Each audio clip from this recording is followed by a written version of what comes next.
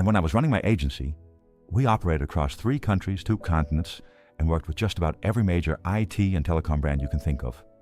We needed someone in traffic, not the kind with cars, the person who sits right at the heart of operations.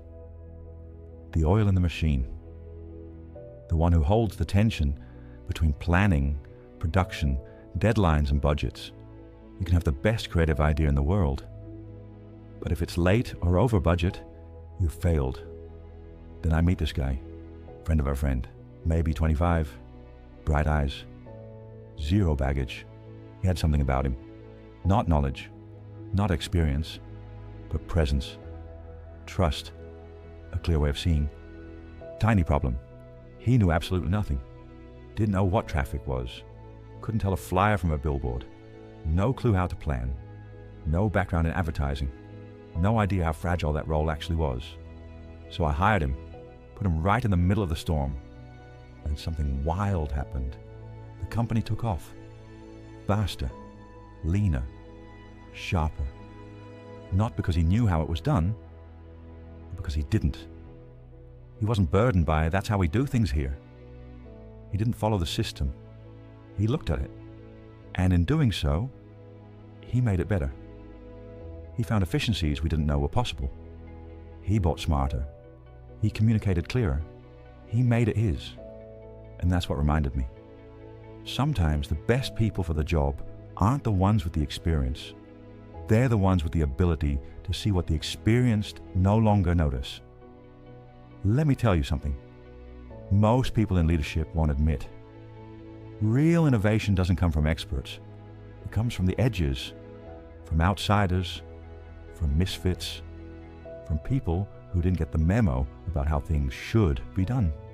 But still, we keep asking the same people with the same backgrounds and the same titles to come up with the next breakthrough. And we wonder why nothing new happens. I've seen it too often. Boardrooms full of smart, experienced people repeating the same ideas in slightly fancier PowerPoint decks. And when someone finally dares to say something different, it's dismissed. Too risky, too vague, too unproven. Because we've been taught that knowledge equals safety and status equals reliability. But innovation, it laughs in the face of both. Let me take you back. Early 1900s, the US military hires Dr. Samuel Langley, a highly respected scientist, to build the first motorized flying machine. Big title, big budget, big failure.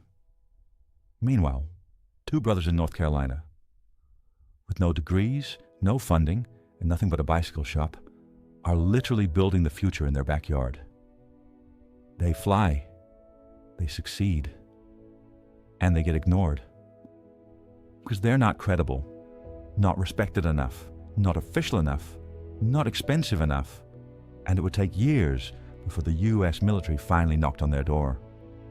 Not because they suddenly believed in them, but because the French military did. And that, they simply couldn't stomach. Only then did the Wright brothers become worthy. Not because of what they did, but because someone else saw it first. And that right there is the trap. We mistake credibility for capability. We confuse reputation with vision. But history tells a different story. The iPad wasn't Steve Jobs' genius moment. It was a second life for the Newton message pad. A failed idea from the 90s by a CEO most people forgot. Post-its, born from a failed glue. By a guy trying to fix his hymn book. The pacemaker came from a mistake. A resistor put in the wrong way by someone who wasn't even building a pacemaker. Innovation doesn't announce itself. It shows up, covered in dust. It's awkward, messy, often inconvenient, and it rarely wears a tie. So why do we still ask the most qualified for the most original thinking? That's like asking the head of traffic control how to invent the next Ferrari. It doesn't work. Because the people who invent the next thing, they're not inside the system. They're outside of it. They're the ones who don't care about how it's always been done. They care about how it could be done. So if you're a leader, here's the question. Where are you looking for your next idea? In the comfortable? The predictable? The familiar? Or are you willing to listen to the junior? The intern? The client who asked a stupid question? The outsider who doesn't know the rules and therefore isn't trapped by them? Because innovation doesn't care about your resume. It cares about your curiosity. And if you want it, you have to let go of being right, of being safe, of being admired. You have to create space for wrong turns, for failed prototypes, for the person who sees the world just a little differently than you do. Because the future, it rarely comes from the front row. It comes from the fringe. So stop clinging to the beaten path. Stop idolizing the expert who already knows. Start listening to the one who doesn't, but sees what no one else is looking for. That's where it begins. So maybe the real question isn't, where's the next great idea? Maybe the question is, who are we ignoring? Because if even the Wright brothers had to wait for the French before their own country took them seriously, what does that say about how we treat outsiders today? The future often doesn't arrive with fanfare. It arrives quietly, from the side, from the strange, from the underestimated, and if we're not paying attention, we'll miss it. Or worse, we'll watch someone else embrace it first and then scramble to catch up.